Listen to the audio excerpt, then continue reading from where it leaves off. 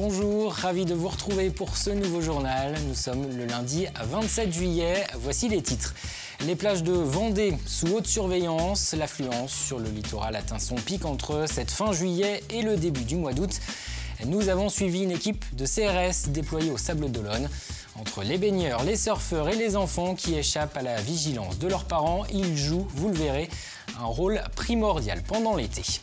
Christopher Froome remporte son deuxième Tour de France. Le coureur d'Europe-Car Pierre Rolland, deuxième français au général, termine lui 10e. Aucune victoire d'étape cette année pour les cyclistes vendéens, mais le directeur sportif Andy Flickinger est satisfait du team Europcar, vous l'entendrez. Et puis, découverte d'un sport, le disc golf. Comme son nom l'indique, la discipline s'inspire du golf avec un parcours. Mais au lieu d'une balle, c'est un frisbee qu'il faut lancer dans un panier.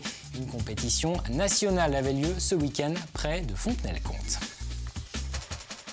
L'Institut de veille sanitaire a lancé il y a quelques jours un appel à la prudence.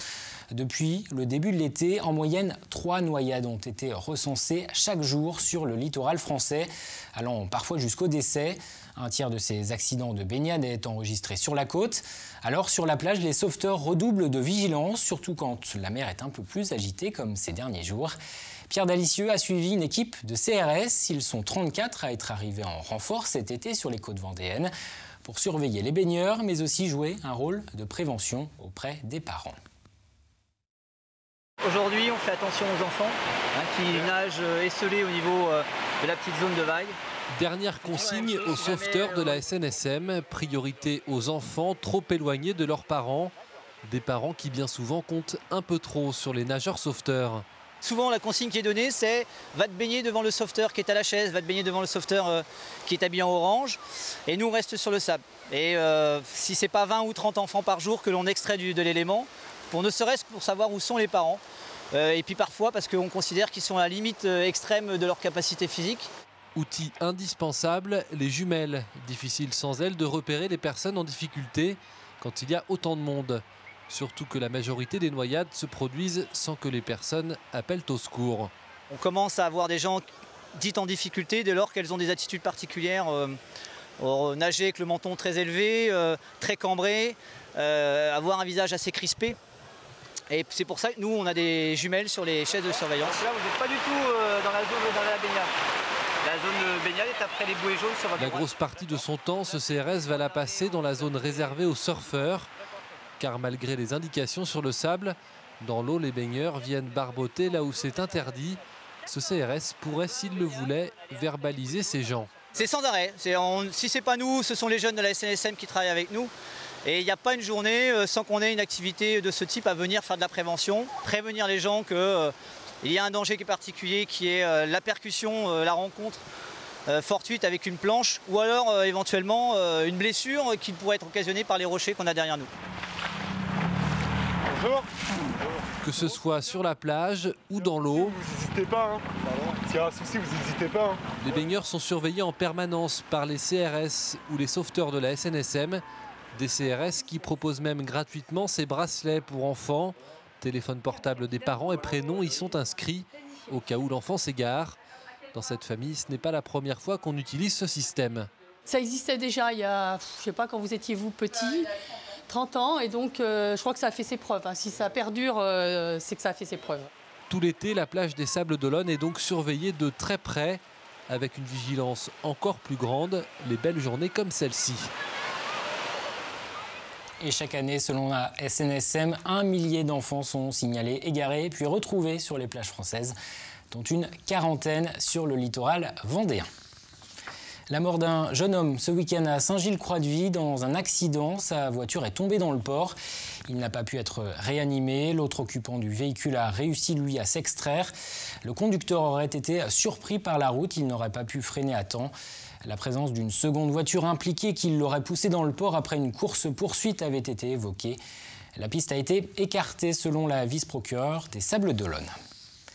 Un répit sur le front du chômage. Le nombre de demandeurs d'emploi est resté quasiment stable le mois dernier, avec 1300 nouveaux inscrits à Pôle emploi.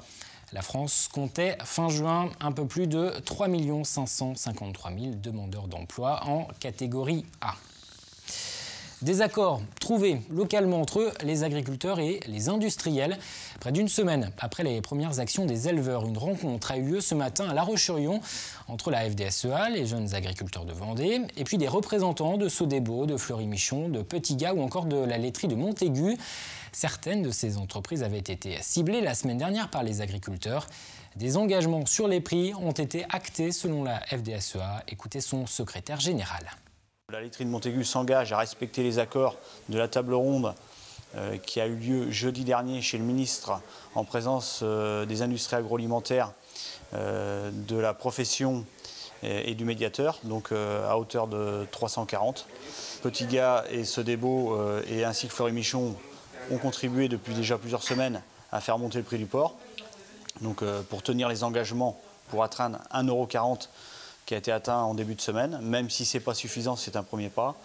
Et après, dans leur process, notamment Sodebo s'engage pour les semaines qui viennent à réintroduire plus de viande française.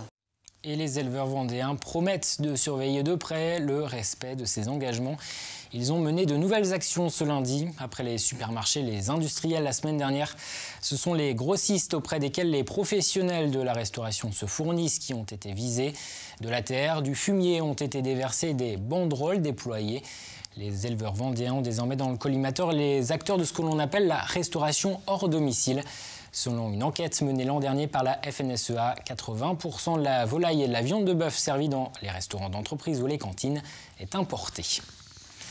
On ouvre une page sport à présent dans ce journal. L'édition 2015 du Tour de France s'est achevée hier soir avec la victoire de Christopher Froome. Le Britannique a remporté sa deuxième grande boucle, lui qui avait endossé le maillot jaune dès la 7e étape sans jamais le perdre.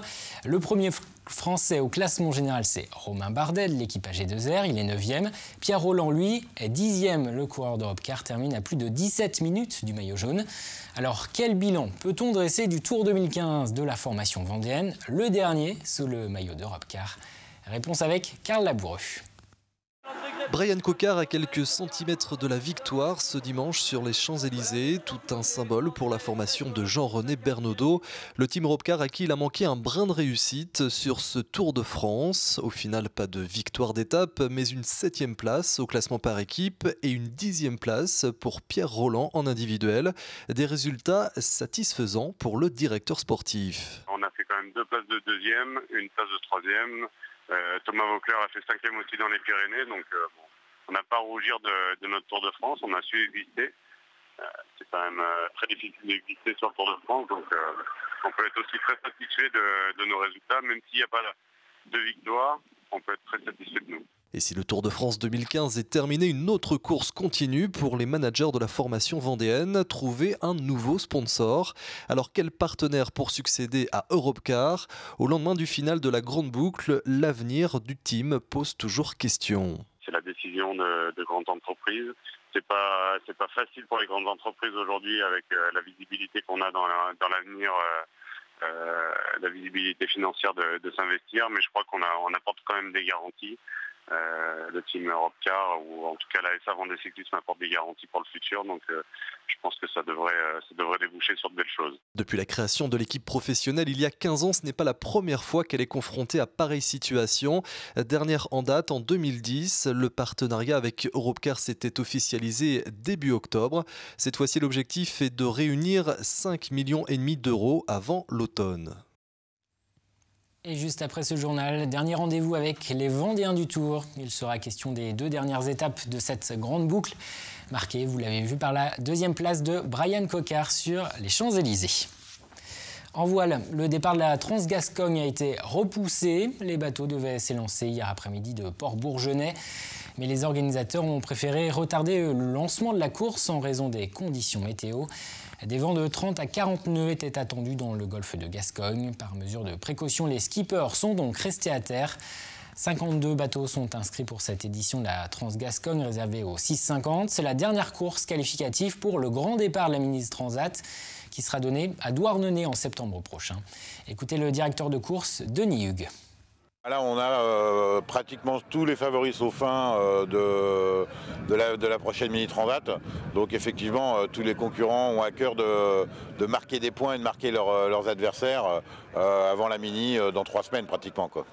Interview signée Jean-Marie Bidot. Et le départ de cette Trans-Gascogne pourrait être donné demain, mardi soir ou mercredi matin.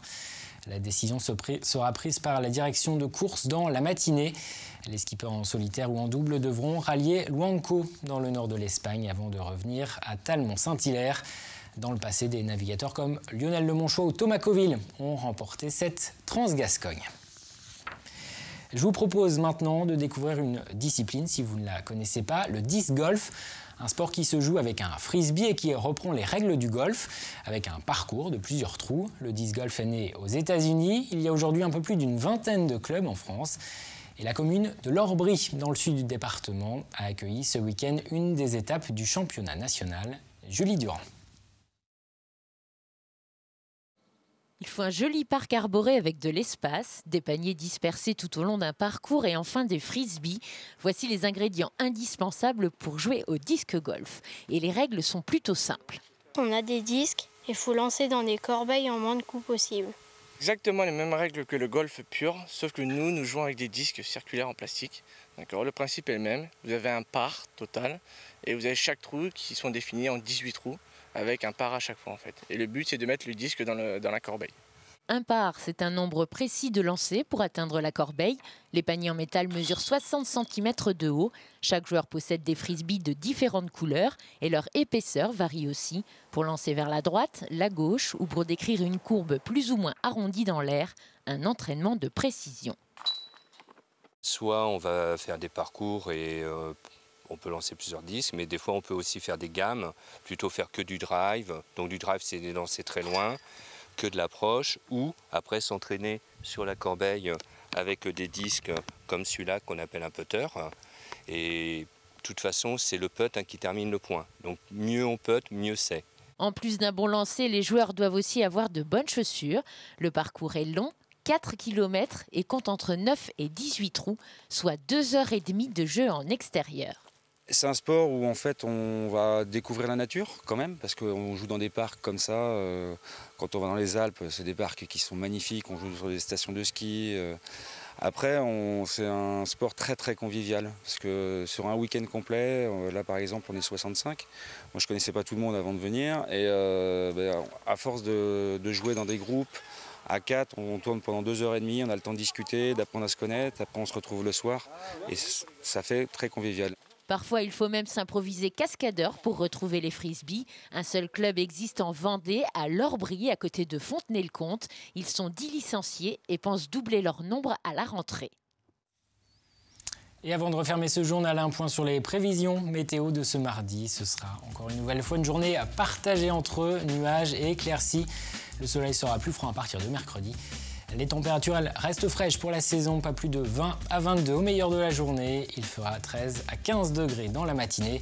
Armelle Pavageau vous en dit plus dans un instant. Nous, on se retrouve demain. Et comme chaque soir, on se quitte sur quelques images pour vous donner envie de découvrir ou redécouvrir certains lieux du département. Direction ce soir, La Faute-sur-Mer, carte postale signée Arnaud Barrier.